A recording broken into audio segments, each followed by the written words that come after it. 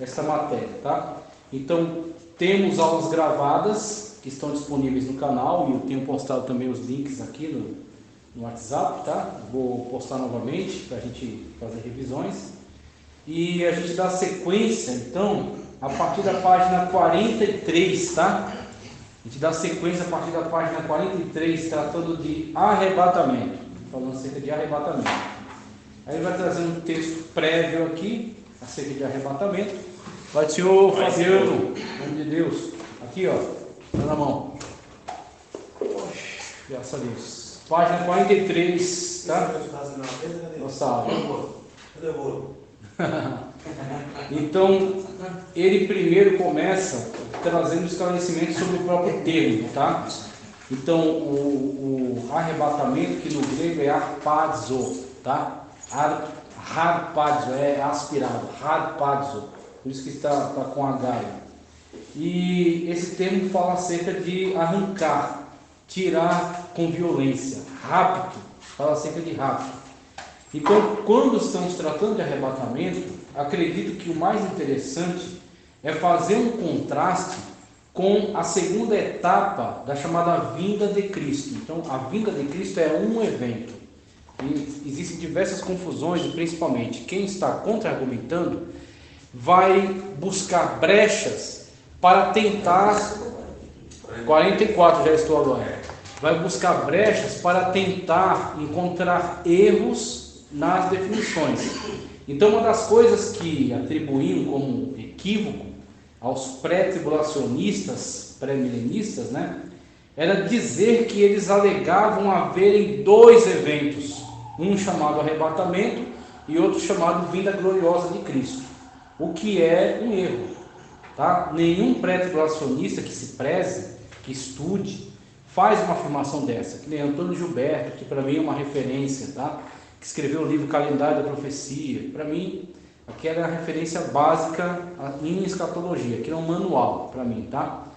Então, você consulta Antônio Gilberto, você vê, ele deixa muito claro, é um evento chamado a vinda de Cristo. Cristo veio até nós, tá?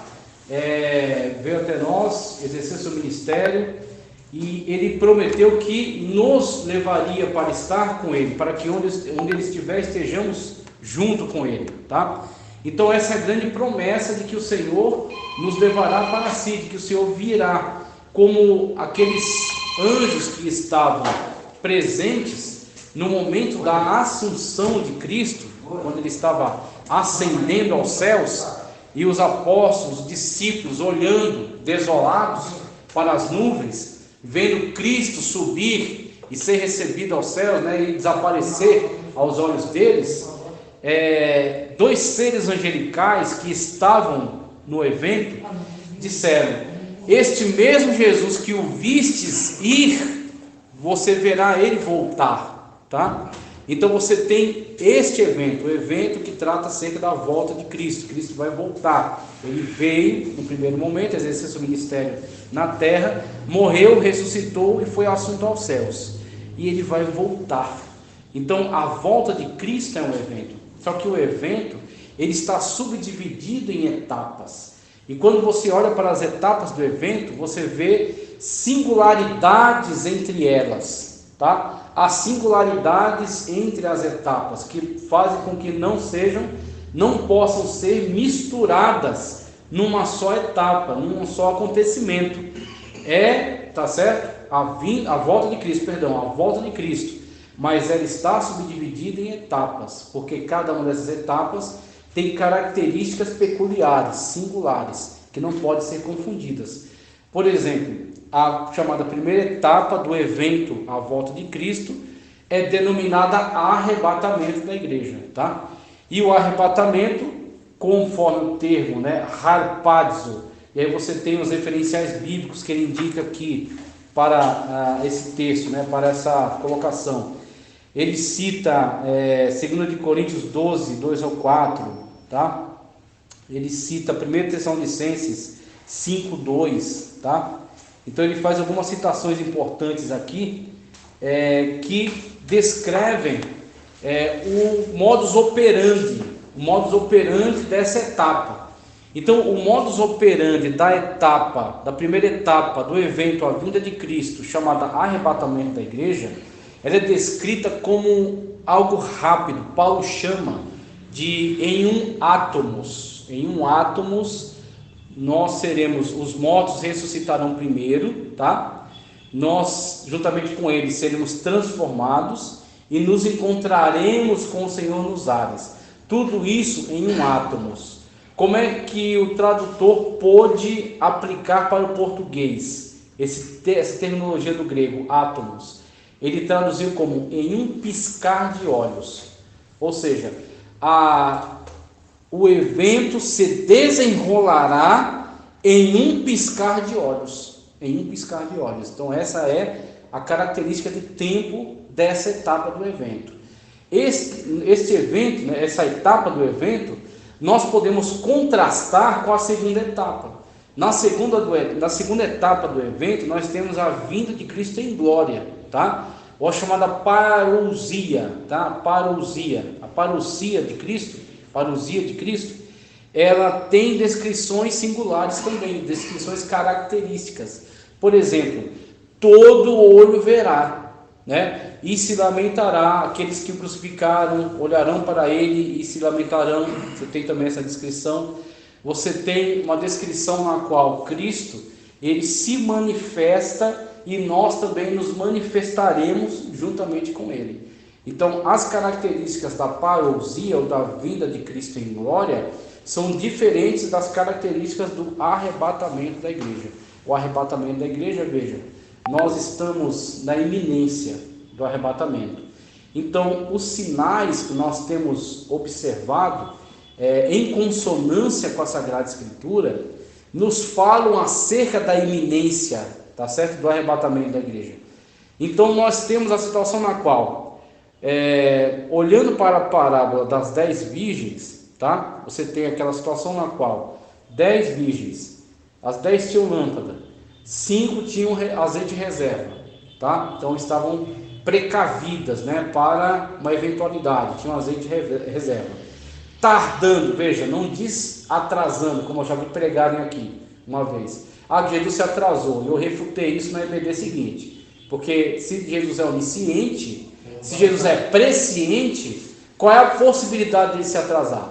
Então eu disse para vocês, se eu marco com vocês, me encontrar ali na esquina da Pereira Leite, que eu estou penteado, às 11h45, 11h46 eu estou atrasado. Agora se eu digo para você, eu vou te encontrar na Heitor Penteado com a Pereira Leite, você me diz quando? Eu digo, me espere, eu vou te encontrar lá. Aí o momento em que eu chegar foi o momento que eu entendi ser o momento oportuno para eu chegar, ou kairos, né, o momento oportuno. Mas eu não marquei hora com você. Tanto que Jesus deixa claro, nem os anjos, nem o Filho do Homem, somente o Pai sabe a hora. E aí, obviamente, a gente pode inferir que devido a Jesus ter sido restituído à glória que tinha antes com o Pai, como ele mesmo ora assim, que eu seja restituído à glória que eu tinha antes contigo, uma vez que Jesus está sentado no trono à destra de Deus, creio que ele saiba, tá certo? Então não é nenhuma dificuldade para mim que Jesus saiba o momento, mas enquanto ele estava como homem, você vai estudar muito isso aqui, Cristologia, ministério sacerdotal, ministério profético, Jesus como homem, tá? Jesus como Deus, né? O Logos divino pré-encarnado, a kenosis, esvaziamento da glória, tá? Então você vai ver muito aqui, Cristologia, sobre a própria pessoa de Cristo Jesus. Então, naquela ocasião ele não sabia, tá certo? Então foi vedado a ele essa informação. E ele disse, somente o Pai, nem os anjos sabem, somente o Pai. E aí nós temos a situação na qual Jesus disse, eu vou voltar, eu vou vos levar para estar comigo. Se, como ele mesmo disse, que nos preparou o lugar, tá certo? E se não, teria dito, vou preparar. Então, está preparado. Se não estivesse, teria dito, vou preparar. Por quê? Porque está preparado. Estão preparadas moradas celestiais para os santos que serão levados para estar junto com ele, para participar das bodas, como ele mesmo diz, não beberei do fruto da vida até aquele dia que bebo convosco no reino do meu Pai. Então você tem todas essas promessas de Cristo reservadas para um momento futuro, no qual nós estaremos com Ele. Nós seremos arrancados dessa terra. E aí você tem outra analogia, né? Quando Cristo diz assim, quando ele fala, olha, estarão dois numa cama, um será levado e outro será deixado. Estarão dois no caminho, um será levado e outro será deixado. Estarão dois moendo, um será levado e outro será deixado.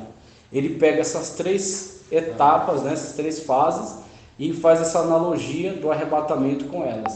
Será levado, será raptado, harpazo, de tal maneira que o outro sequer perceberá. Um será levado, outro será deixado. Perceberá a ausência, né, daquele que foi levado.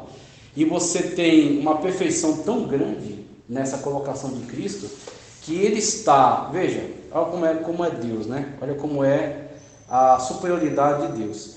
Ele está abordando realidades que estão muito além do seu tempo, que é o conhecimento de que a Terra, sendo ela esférica, tá? Tendo um movimento de rotação em torno do seu eixo e translação em torno do Sol, ela tem a situação na qual determinado lugar está de dia, determinado lugar está entardecendo, tá? Ou amanhecendo, anoitecendo, né? No entardecer, e determinado lugar está de noite, tá? Então você tem essas três situações, quatro, né? Um está de noite, outro de dia, outro está entardecendo, outro anoitecendo. Então você tem, devido à situação da Terra em relação ao Sol. Aí Jesus diz, um vai estar na cama, por quê? Está dormindo, está de noite.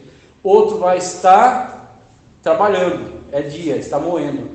E outro vai estar no caminho, que aí as pessoas saíam antes de amanhecer e iam para a roça. Quando começa a anoitecer, volta para casa, transição. Aí Jesus aborda as três situações. Um vai estar dormindo no momento que aconteceu o arrebatamento. Outro vai estar acordado e outro vai estar desempenhando, né, vai estar indo para desempenhar uma atividade.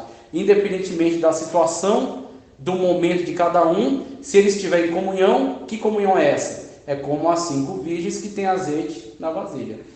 Todas dormiram. Vocês perceberam isso? Não, só as imprudentes dormiram. Não, todas dormiram.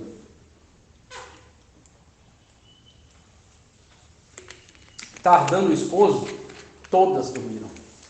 É a situação em que Jesus disse, quando o Filho do Homem voltar, achará fé na terra? Jesus faz uma pergunta. Jesus está expondo essa pergunta. Quando o Filho do Homem voltar, achará fé na terra? Então você tem essa situação grave que envolve também a igreja. A igreja também entra por um período de esfriamento. E assim, você tem a situação de uma terrível apostasia que está cada vez mais se multiplicando. Você tem visto essas notícias. Então você tem situações em que nem todas as pessoas estão tão fervorosas como poderiam estar. Mas necessariamente você tem a situação na qual nós não podemos abrir mão da presença do Espírito Santo. Mesmo que você não esteja numa grande euforia espiritual, mas você tem que manter a sua comunhão.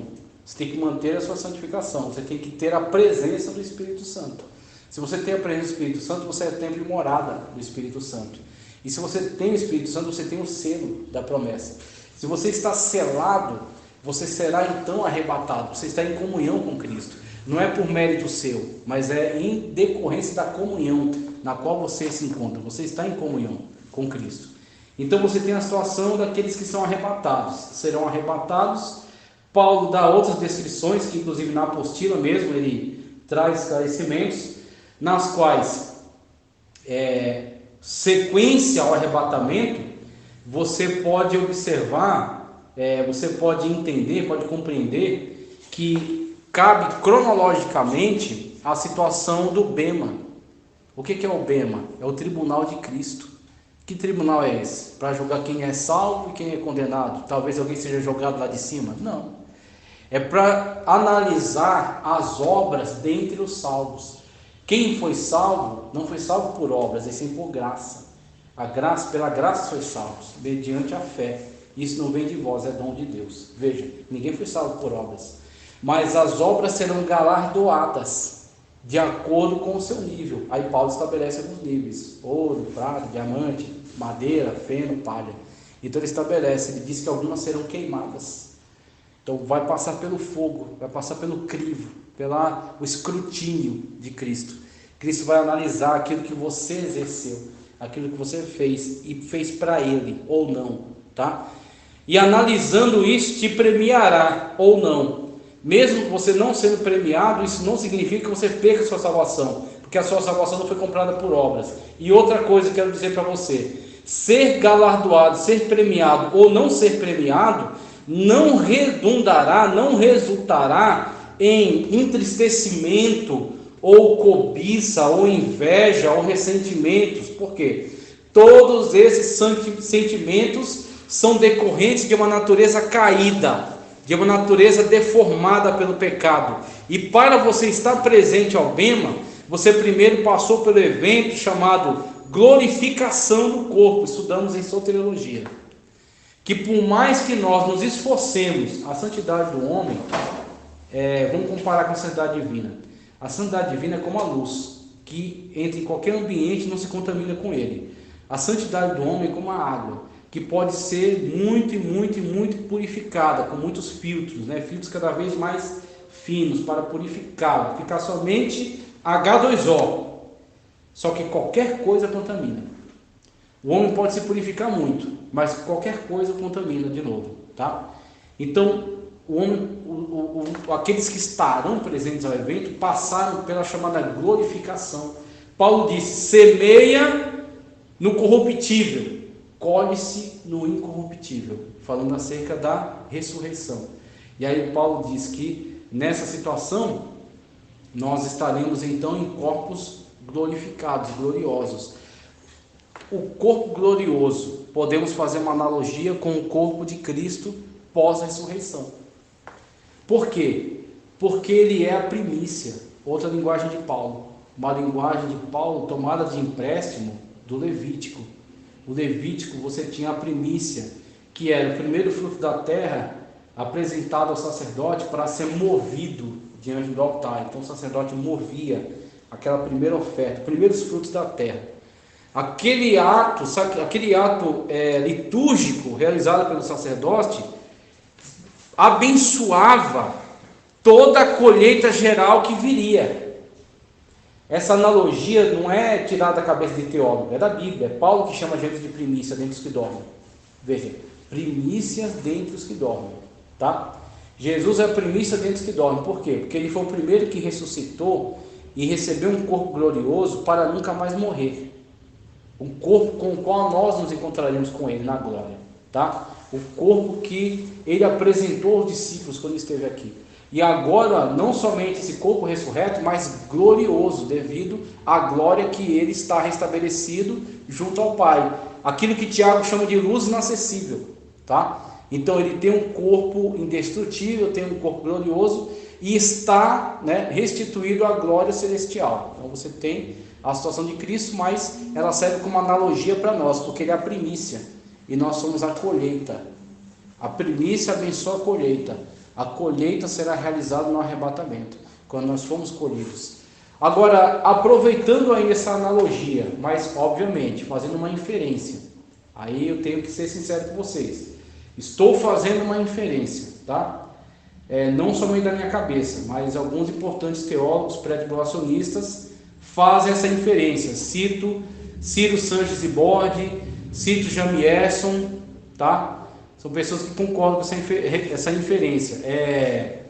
Pastor Antônio Gilberto também. Primícia, Jesus. Colheita geral, igreja arrebatada. E aqueles que ficarem?